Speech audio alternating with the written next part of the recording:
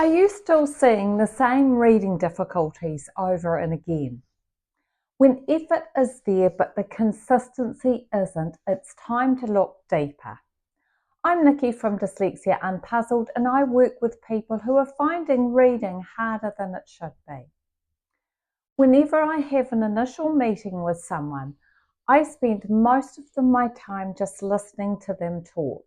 I listen to parents telling me what effort has already been put in, the extra practice at home, perhaps they've paid for tutoring, maybe the support sessions at school, or they've been reading every night, spelling words that are written out over and again and again. And then I listen to the person themselves. They explain to me what feels hard for them, which bits feel tricky. Sometimes the words can look different from one day to the next, and that they know a word once and then they lose it. Sometimes they tell me that reading takes so much concentration, and by the end of the page, they have absolutely no idea what they have just read. So, what does that tell me? Well, what I see from my end is effort, a lot of effort. Reading is laboured, spelling is inconsistent. The same word can appear 3 different ways on one single page. And despite all that support around them, the same difficulties are still there.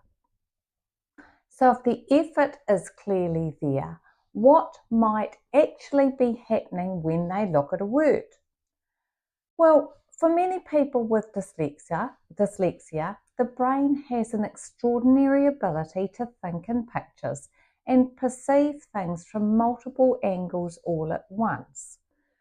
That is genuinely a strength in many areas of life. However, when it comes to flat, two-dimensional symbols like letters and words, that same perceptual ability can create problems. If a letter or word triggers confusion, the brain instinctively tries to resolve it. It may try to rotate it or shift it or reinterpret it in a 3-dimensional space that makes sense to it. However, letters do not change meaning based on their orientation. So the brain can end up recording those alternative perceptions as real. That's why the same word can look different from one moment to the next. And it's actually not carelessness, and it's certainly not lack of effort. It's just the brain doing what it does best, and sometimes it does not work well with letters. So what happens when we add just one more practice? Well, for some people, sounding out every syllable does not bring clarity for them. It actually increases the pressure, and when pressure rises, recall becomes less reliable. If something is already proving difficult, it does not make a great deal of sense just to keep doing more of exactly the same thing. However, when we stabilise what they are seeing and remove the second guessing, reading becomes smoother and confidence grows quite quickly. So what do we actually do instead? Well, we slow it down. We work out what is getting in the way. We stabilise the letters so they stop changing. We use a reading strategy that removes the guessing and reduces the second guessing. We like to give clarity this way.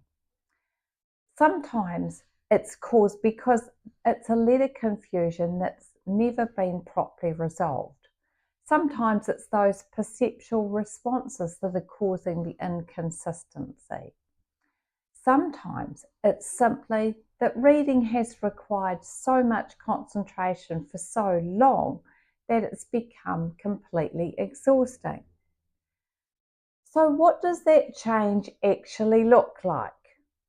What I look for first is that reading becomes smoother, that they don't have to second guess every word, that they trust what they're seeing, and that they are more willing to pick up a book and feel and look at the words. Their confidence grows because the experience has changed from struggle and they're not having to try that hard.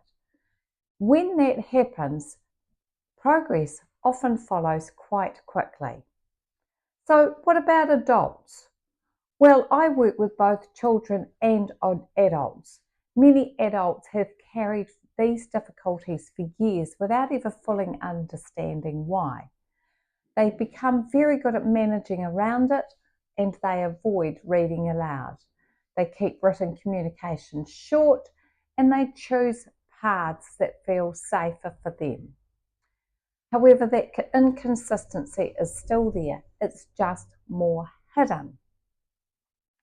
So, if you are still seeing the same difficulties despite everything you have put in place, what might need to change? It may not be about doing more.